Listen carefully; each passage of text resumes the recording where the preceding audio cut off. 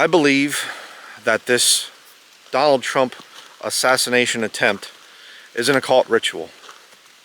A ritual that was done for the Fifth Kingdom. And I'm going to be bringing out some other information throughout the video here.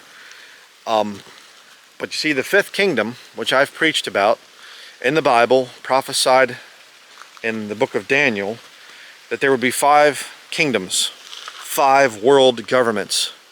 And the last of these 5 kingdoms would be a mixture of iron and miry clay. The iron is a reference to the iron legions of Rome. The miry clay, there's only one other reference to miry clay in the entire King James Bible, and it's a reference to Israel. Man is clay, but when man gets mingled and mixed up, which Israel has been doing for thousands of years, marrying other people that they weren't supposed to marry, and there's one other reference to miry clay, and it's a reference to Israel. Israel is miry clay now in God's sight. And here's where it gets very important. When I first saw this assassination attempt, I saw all the problems with it. I thought about the improbability of being able to be hit in the right ear. And I thought, I don't know how you could get a bullet to go through there. And I started questioning it and whatever. And I said, maybe it was blading. You know, he got a little razor blade out and cut it or something. I don't believe that way anymore. I was waiting till the Band-Aid came off. The big thing there that he had on at the Republican National Convention, then a smaller one, and now it's just off. And there are different, you know, news reports and things. I'll put some stuff up here showing the proof of it, where they're saying there's no damage to his ear. Very curious. The official doctor for the White House came out and he said that it left a 2-centimeter in diameter hole. That would be noticeable. Okay, my wife, she has the holes in her ears from where she once had earrings. She doesn't wear earrings anymore, but you know what? The holes didn't go away. I've seen people that had the big holes, you know, they put the big huge pieces of wood or whatever through their ears, and they take those out, they don't go away. The hole's still there. Give you another one to think about. Evander Holyfield, many years ago, he was boxing Mike Tyson, and Mike Tyson bit his ear. Bit the top of his ear off. You can see the pictures. Sorry, it's a little bit gross here. But his ear still looks like that now many years later.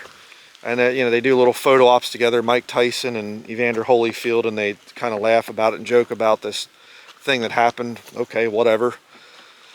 All's well that ends well in Hollywood, you know. It's all part of the staged events and whatever else. Sure, absolutely. But they're all on the same team, like pro wrestling. But the point is, when you get an ear injury, it doesn't just magically disappear. Well, then what was the whole assassination attempt thing about? I believe that it is a ritual that was done. And let me explain that ritual. I love my viewers. I have some really good viewers. Some of you are very deep students of the scriptures, and you come up with some things that I'd miss. And one of you talked about the fact that, I mean, there's a couple of you actually, but I saw the one comment, and one of you said about this thing of back in the book of, I think it's Leviticus, where it talks about how that the priest, when he would be the sons of Aaron, when they were sanctified for the work of the priesthood, that they had blood put on the tip of their ear. I'll show you a picture of it here. Now, just seeing this picture, and seeing Trump there with the blood on his ear, on his right ear, that gave me chills, seeing that. You say, oh, come on, it's just some kind of little weird thing that they did, if in fact it was staged or whatever else. Yeah, but here's the problem. Why would he have basically this weird occult ritual to have blood put on his right ear? Why? Because I believe he's getting ready to do some sacrificing. And you see, it actually started with the sacrifice of an innocent individual that died at the rally, that was actually shot. He was the target. Maybe not in the sights or whatever else, this firefighter guy or whatever that died, maybe he wasn't intentionally shot, but the bullets that went out into the crowd killed him, an innocent man. And Trump, on the other hand, I don't believe for 1 minute that there was a bullet that hit him in the air. Not for 1 minute. It would have left a scar, you know, and I mean, you could say whatever you want to say. Well, no, it's possible, and it was just a mistake. The bullet, you know, he went for his head and it went off to the side, and Trump moved his head at the right time and it went through the... I don't believe it. I'm sorry, I don't believe it. I think it's nonsense. And you know, you can do your little virtue signaling. Well, there was a guy died in the crowd. Yeah, that was the sacrifice. The first sacrifice, showing the sacrifice of a good man, an innocent man that had to die for this new system that's being brought in. And the sons of Aaron would get the blood put on their right ear, and then on their right thumb, and then on their right toe. Now, I don't know, but what if Trump had a little bit of blood put on his right thumb and on his toe, and that's why his shoes were off? And isn't it interesting that who was the first leader to come and visit Trump and to inspect the ear and everything else? And you can see him going like this before this leader. Oh, that would be Benjamin Netanyahu. Huh. Another little New York City papal-Yuden.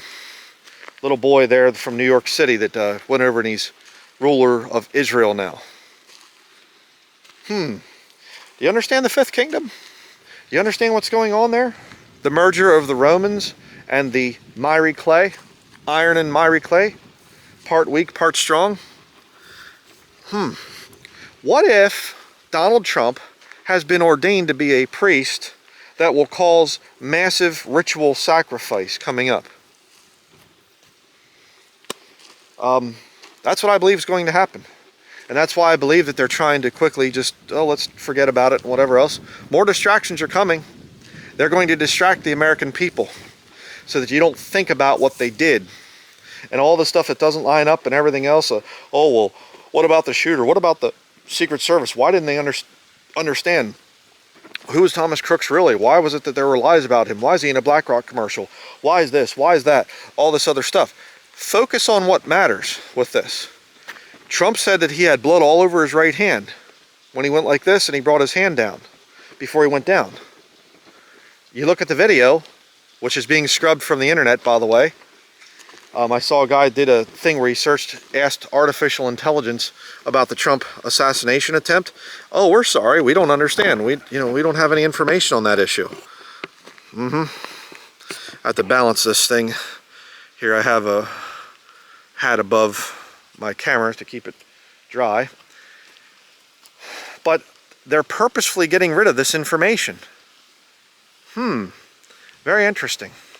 And another one of you, my good viewers out there, another one of you brought up this thing of the Abraham Accord or Alliance or whatever else. And I'm going to end this little walk and talk thing here. And we're going to go to the office, and I'm going to look up some stuff on it. I actually did a video on that, and I'm forgetting what all was done and what all was said and whatever. But Trump definitely has a tie into the nation of Israel. And they're going to be doing some major stuff here with war and with whatever else. Trying to expand Israel's power and Israel's territory. And they're going to use the American people to do it. And a lot of Americans are going to die. I will promise you that.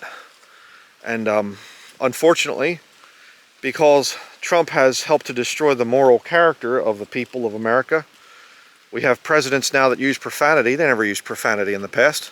That was too low for a president of the United States. And but they're going to use this man to bring this nation down. And the American people, their morale, their morality, I should say, is pretty much completely compromised and destroyed and ruined. So we're going to be doing the end part of this video is going to be about this whole Abraham Alliance thing and whatever that they signed years ago when Trump was in for the first regime. And so I'm going to head to the office now and we'll get that done. All right, in this section I want to talk about this issue right here. The Antichrist Peace Treaty has not been signed. I did this video 3 years ago. Kind of interesting because I'm wearing, I don't know if it's the same shirt and the same suspenders, but it looks pretty similar. Of course, you can see the difference behind me here. I have my bookshelves now set up and everything else there. So that was when we first were moving into this current office here. But you can watch this video if you want to, and I'm basically just saying that a lot of people are going to say that this is the Antichrist Peace Treaty that you read about confirming the covenant in Daniel chapter 9, and it's not that at all.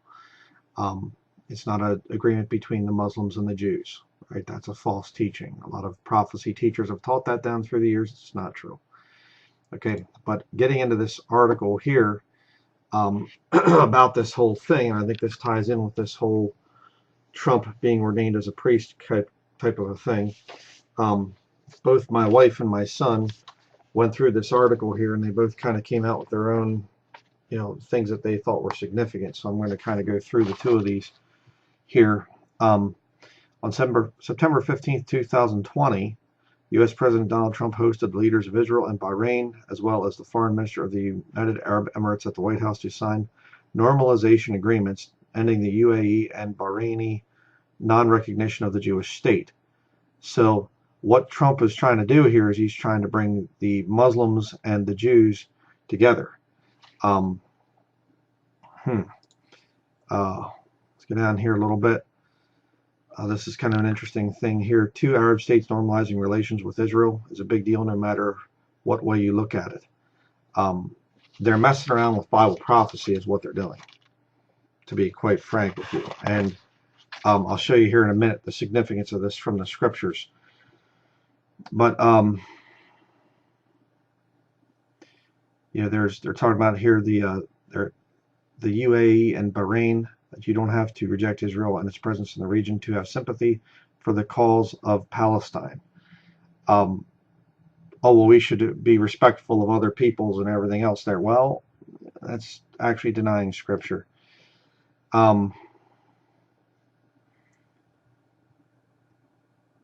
Just trying to see what else I should read here.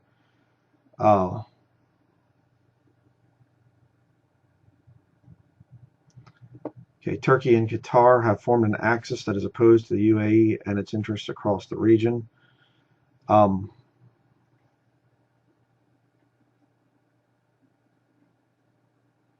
Yeah, there's a lot to read here. I'm not going to go through everything because that's a lot of stuff.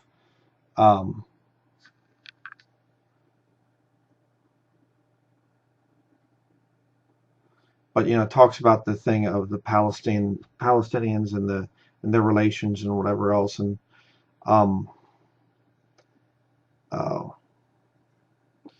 here's another thing that they have both highlighted. I think what was more important was the need to do both Trump and Bibi a favor politically, as both struggle in their unstable domestic political arenas. But the whole point is here, you go through the article, you can read the whole article there. The link's up here, the Foreign Policy Research Institute. What they're doing here is what this man is him and these two guys working together, what they're doing is they're overthrowing the scriptures, which is ironic because the scriptures are actually more in favor of Israel on this. It talks about the two, verse 23 here, Galatians chapter 4, verse 23. But he who was of, well, I'll go up to verse 22. For it is written that Abraham had 2 sons, the one by a bondmaid, the other by a free woman. Now, I don't believe that he's purely Jewish. I think he'd be mingled. But the whole point is the descendants of Hagar and Abraham are what would be called like the Arabic type races. And then the one that comes from Isaac, or Sarah and Abraham and Sarah, would be Isaac. So we have Ishmaelites, and descendants of Isaac. Like I said, I don't think he is. I think there's some mingling there. So not truly a pure Jew.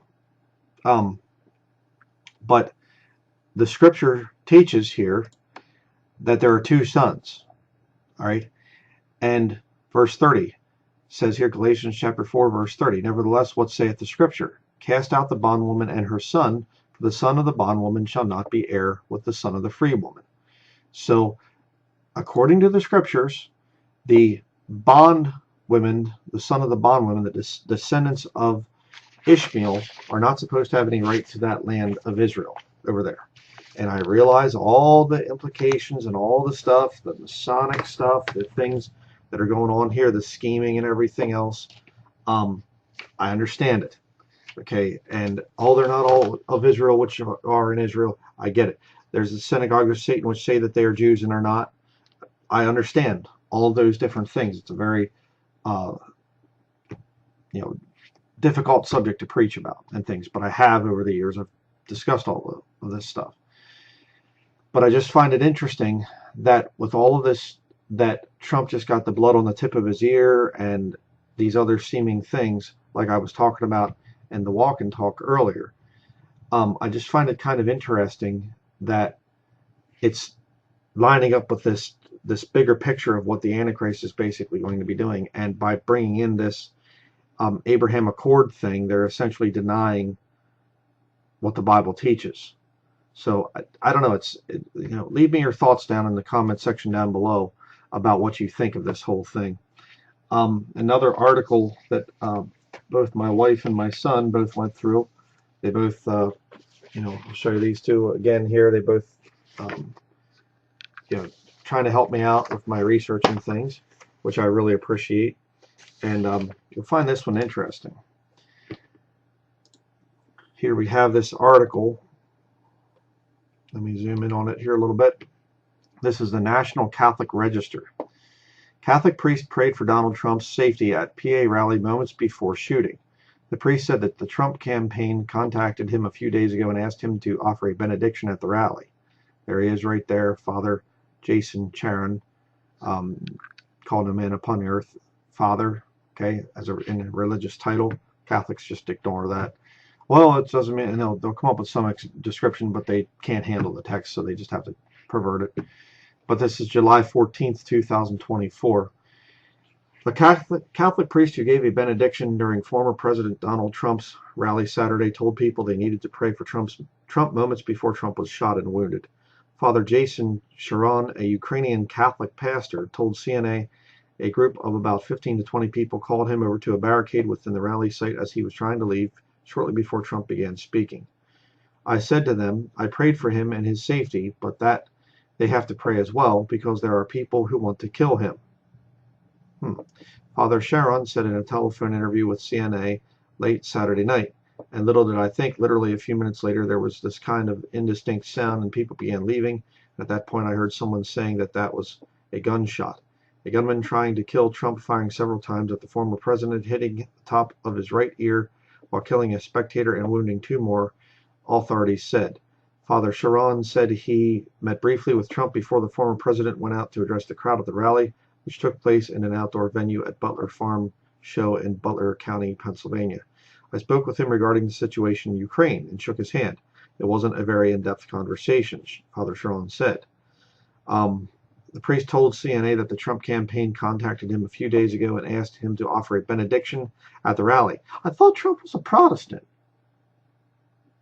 In an interview that aired on the Pints with Aquinas, sounds like a good thing, podcast Saturday night, Father Sharon recounted the prayer he offered at the event.